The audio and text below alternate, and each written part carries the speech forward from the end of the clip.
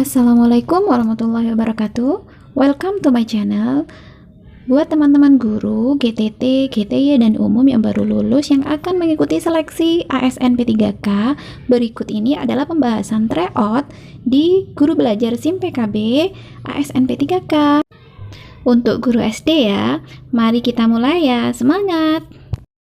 Soal yang pertama, menurut Brunner, apabila seorang memahami objek-objek atau dunianya melalui gambar-gambar dan visualisasi verbal, dengan kata lain, peserta didik belajar melalui bentuk perumpamaan atau perbandingan. Hal ini merupakan tahapan dari A. Ikonik, B. Simbolik, C. Enaktik, D. Konflik, E. Intuitif. Nah, di sini ada kata kuncinya ya. Yang pertama adalah Brunner, yang kedua memahami objek atau dunia melalui gambar-gambar. Ya, ini adalah kata kuncinya. Kemudian ini termasuk dalam tahapan apa? Nah, kita perlu ingat bahwa belajar menurut Brunner itu ada 3. Yang pertama enaktik, yaitu melalui tindakan terlibat langsung dengan benda konkret atau nyata tanpa berpikir atau respon motorik. Yang kedua, penyajian ikonik itu berpikir internal melalui gambar-gambar atau grafik yang berhubungan dengan memanipulasi objek. Yang ketiga, simbolik, yaitu berpikir abstrak, fleksibel dengan memanipulasi objek menggunakan notasi tanpa keterangan atau menggunakan simbol-simbol. Jadi jawaban yang benar adalah yang A, ikonik, yaitu menggunakan gambar-gambar. Next, selanjutnya yang kedua. Suatu wadah yang terdiri dari daratan, lautan, dan lapisan udara yang dibutuhkan manusia dan makhluk hidup lainnya dalam melakukan interaksi serta memelihara kelangsungan hidupnya disebut dengan konsep A. Tempat, B. Wilayah, C. Bumi, D. Ruang, E. Negara. Mari kita bahas satu persatu. Tempat adalah sesuatu yang dipakai untuk menaruh, bisa menyimpan, meletakkan, dan sebagainya. Tempat juga sebuah lokasi seperti tempat obat, ya, tempat tas, tempat buku, dan sebagainya.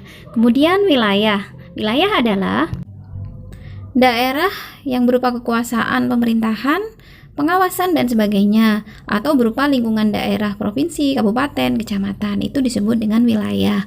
Kemudian adalah bumi. Nah, bumi adalah planet tempat manusia hidup atau juga disebut dengan dunia.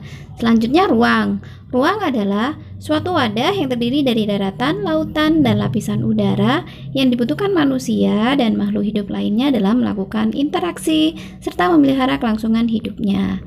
Yang E yaitu negara. Negara adalah suatu kelompok sosial yang menduduki suatu wilayah atau daerah yang diorganisasi di bawah lembaga politik dan pemerintahan yang efektif. Nah, ini adalah negara. Jadi jawabannya yang benar adalah yang D, ruang. Next, soal yang ketiga. Sebuah kubus memiliki volume 64 cm kubik. Apabila panjang rusuk kubus tersebut diperpanjang 2 kalinya, maka luas permukaan kubus yang baru adalah, kita perhatikan dulu dari kalimatnya. Yang pertama kita lihat ini yang diketahui adalah volume 64 cm. Kemudian ini rusuknya diperpanjang 2 kalinya. Selanjutnya yang ditanyakan luas permukaan. Mari kita hitung. Karena diketahui adalah volume kubus sebanyak 64 cm kubik. Nah, untuk mencari rusuknya, kita masih ingat rumus dari volume kubus adalah sisi pangkat 3. Berarti kalau volume kubus diketahui, mencari sisinya adalah akar 3 dari 64, yaitu adalah 4 cm. Nah, selanjutnya rusuk diperpanjang 2 kali. Maksudnya adalah rusuknya itu kan tadi 4 cm dikalikan 2 menjadi 8 cm. Selanjutnya kita cari luas permukaan.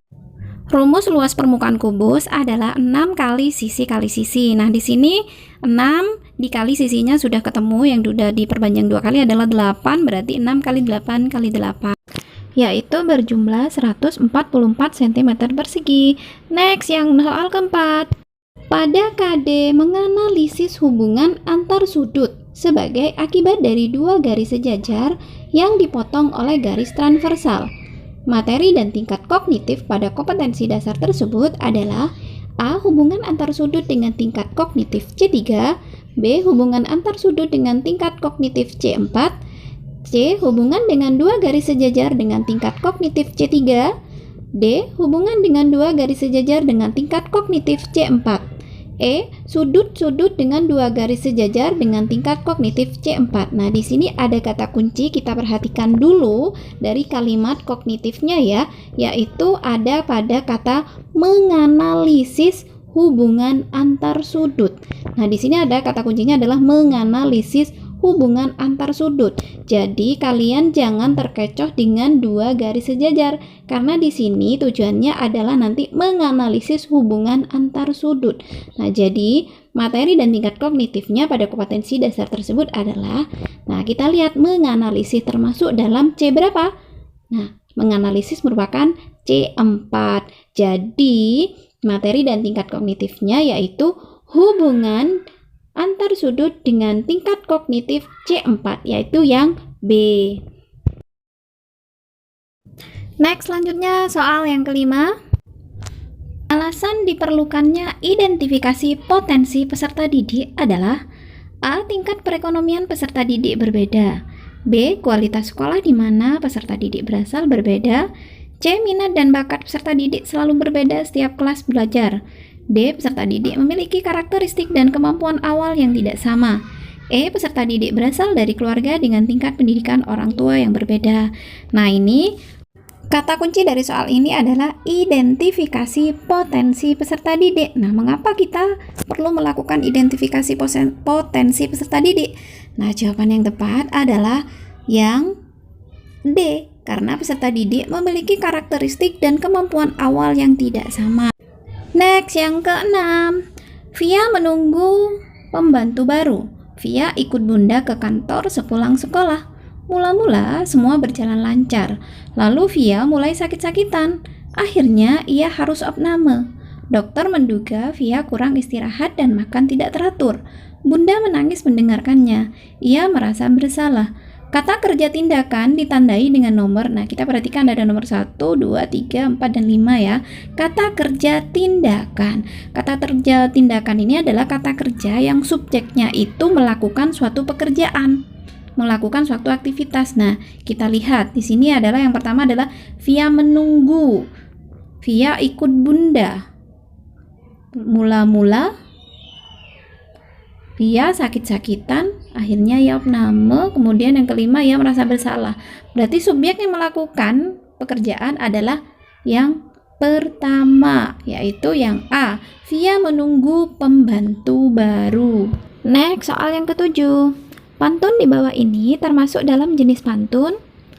Harimau telah semakin sombong, suka menghina yang jelek. Masih kecil sudah ompong, mirip bersama dengan nenek-nenek.